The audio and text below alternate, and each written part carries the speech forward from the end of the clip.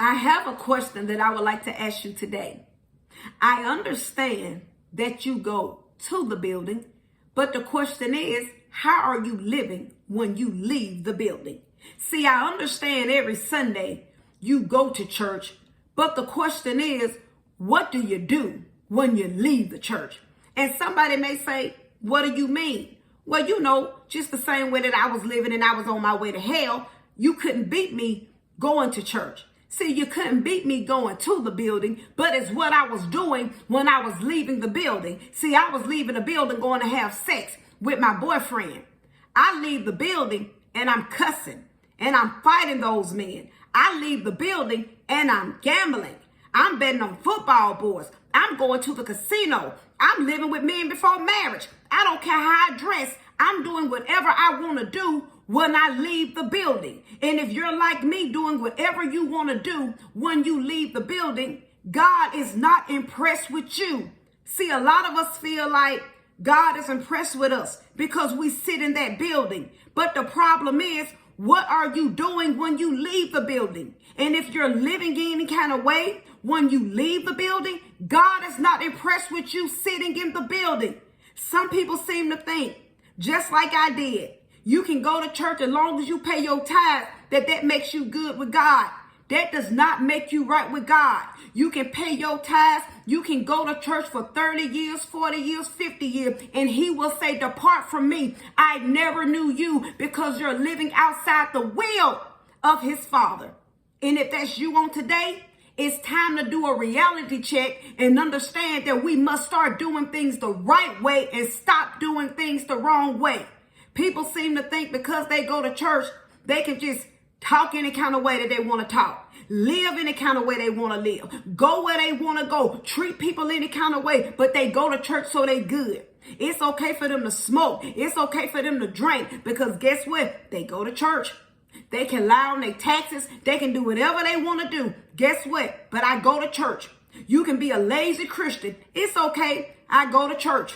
See, I didn't know what my purpose was. I didn't know what my gifts was. But guess what?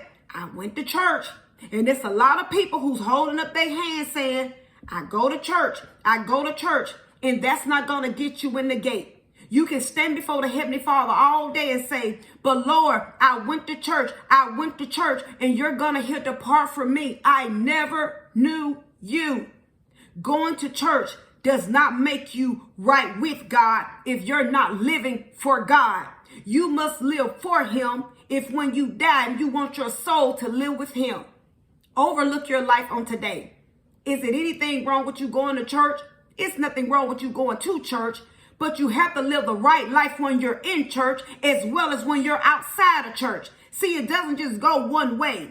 As long as you got the pastor food and the members food, but you will never have God food. And that was my problem. I had the pastor food, I had the members food, and I had my mama food, but I never had God food. Because the Heavenly Father told me, I don't care if the pastor didn't see you leaving those men's house.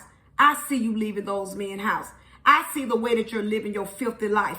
And please remember, people, when we stand before the Heavenly Father on judgment, we're going to stand before him and not them. See, I won't be standing before mama.